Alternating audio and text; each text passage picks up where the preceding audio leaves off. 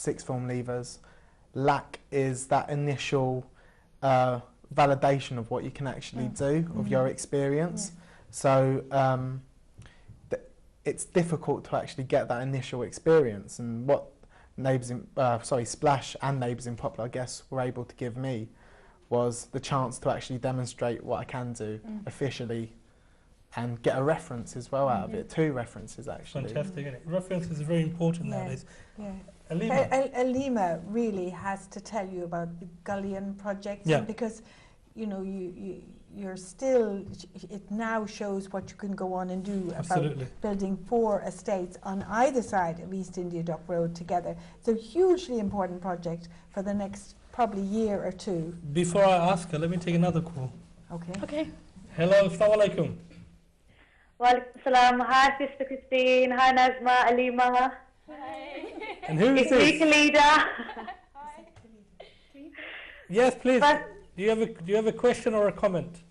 Just a comment to say a massive thank you to all of them.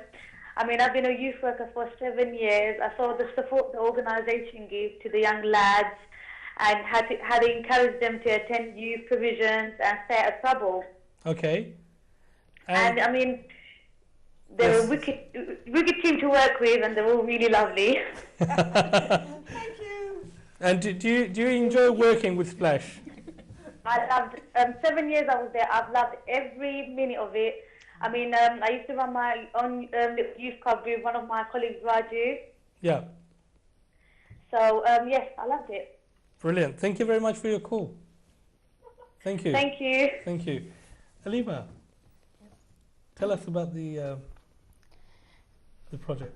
Well, the Gullion link was inspired by the IRA bombing in Bishopsgate in 1993, and the people that were involved came from Newry, a little town, Newry in Northern Ireland. Okay. And so that was the link between us going to Northern Ireland and exploring conflict and violence.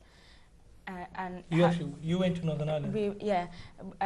A group of peer educators from Tower Hamlets went to Northern Ireland in 2009, and the project has gone on since then and developed. The first year we managed to get only Catholic young people from Northern Ireland, and over the years we've and it was majority Bengali Muslim young people from Tower Hamlets.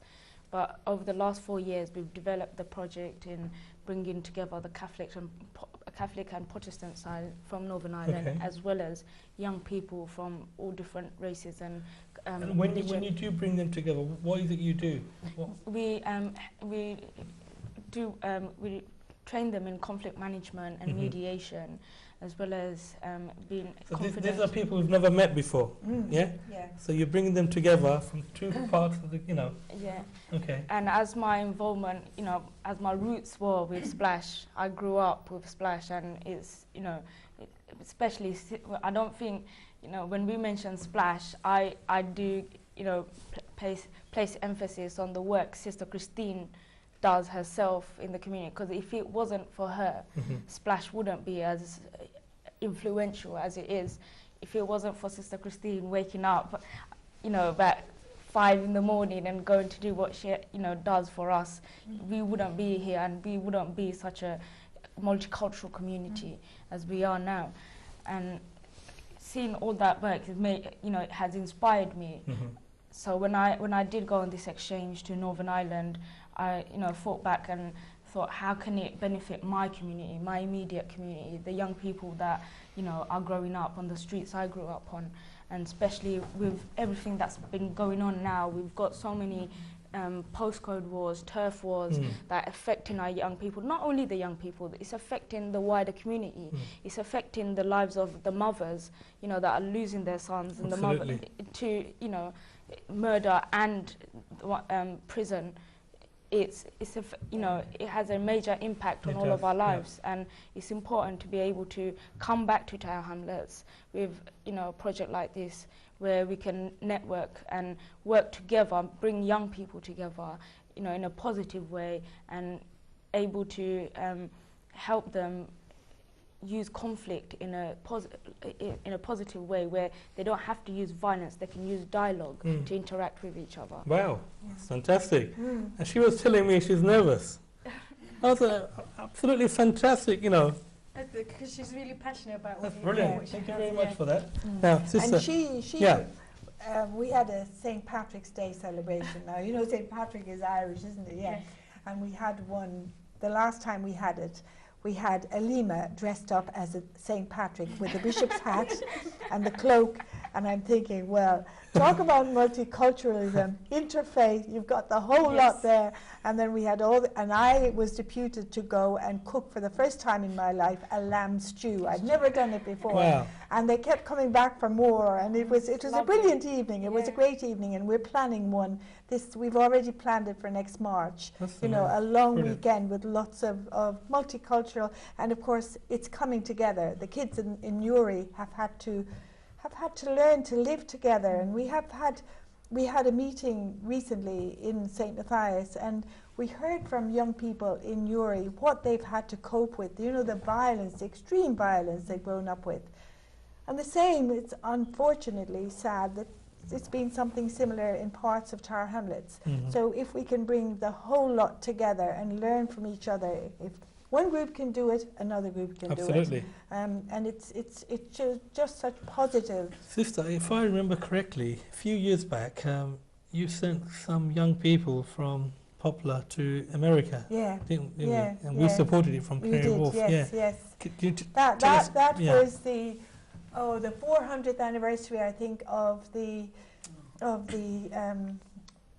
Jamestown development. The name escapes me. The group who went from Blackwall Stairs, which is down the road from us, they sailed to America, the first permanent English-speaking deputation to go to America, and they founded Jamestown, the Virginia settlers.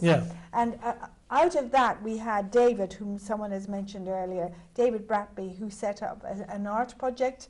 So the whole of Poplar High Street, they were doing these, they were designing plaques, and there are 13 of them up on different walls, and they were all around this thing, this whole thing, and 6 young people representing I met them. You brought them to Canary Wharf. A number. I think it was 5 different nationalities went, with one Mandy as their minder. And they spent. Your sister went. Nazma. They spent a week in Jamestown. They witnessed a Native American Indian wedding as special guests. You know, something most people probably have never seen.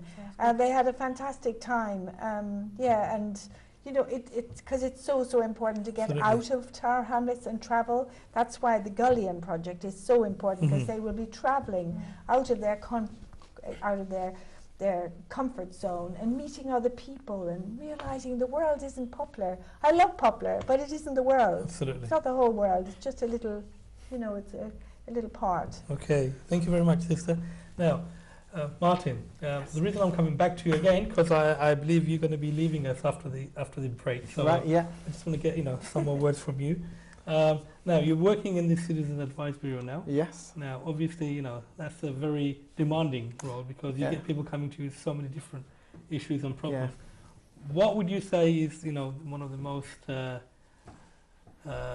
frequent problem or issues in Tower Hamlets in terms of advice? Probably benefits and housing issues.